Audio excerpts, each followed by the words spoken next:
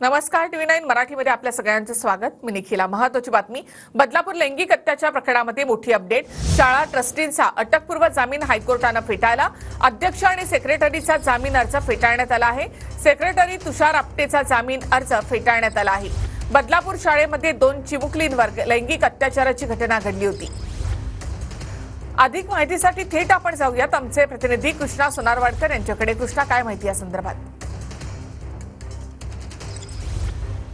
अत्याचार केल्याच्या प्रकरणामध्ये मुख्य आरोपी अक्षय शिंदे यांच्यासह शाळेचे जे काही ट्रस्टी आहेत त्यांना सुद्धा आरोपी बनवण्यात आलेलं होतं. पॉक्सोचा गुन्हा त्यांच्यावरती दाखल करण्यात आलेला होता आणि सेक्रेटरी तुषार आपटे आणि चेअरमन उदय कोतवाल यांना आरोपी बनवल्यानंतर त्यांनी अटकपूर्व जामिनासाठी मुंबई हायकोर्टामध्ये धाव घेतलेली होती आणि हा अटकपूर्व जामीन जो आहे तो फेटाळण्यात आलेला आहे. मुंबई हायकोर्टाचे न्यायाधीश लड्डा यांच्या बेंचसमोर ही सुनावणी पार पडली आणि त्यांनी हा अटकपूर्व जामीन अर्ज फेटाळून लावलेला आहे. तुषार आपटे आणि उदय कोतवाल जी शाळेचे सेक्रेटरी आणि चेअरमन आहेत त्यांनी या घटनेची पूर्ण कल्पना असताना सुद्धा ही माहिती स्थानिक पोलिसांना दिली नाही. यामध्ये निष्काळजीपणा केला, जाणून बुजून हे लपवण्याचा प्रयत्न केला. त्याचबरोबर सीसीटीव्ही फुटेजमध्ये सुद्धा कुठलीतरी छेडछाड झालेली आहे आणि ती सीसीटीव्ही फुटेज घटनेच्या दिवशीचं गायब आहे. अशी अनेक निरीक्षणं जी आहेत ती न्यायाधीशांनी नोंदवलेली आहेत. मात्र महिनाभरात या घटनेला होत आलेला आहे आणि अटकपूर्व जामीन शाळेच्या ट्रस्टींचा फेटाळण्यात आलेला आहे. धन्यवाद कृष्णा एकूणच माहितीबद्दल. तर शाळा ट्रस्टींचा अटकपूर्व जामीन हायकोर्टाने फेटाळलेला आहे.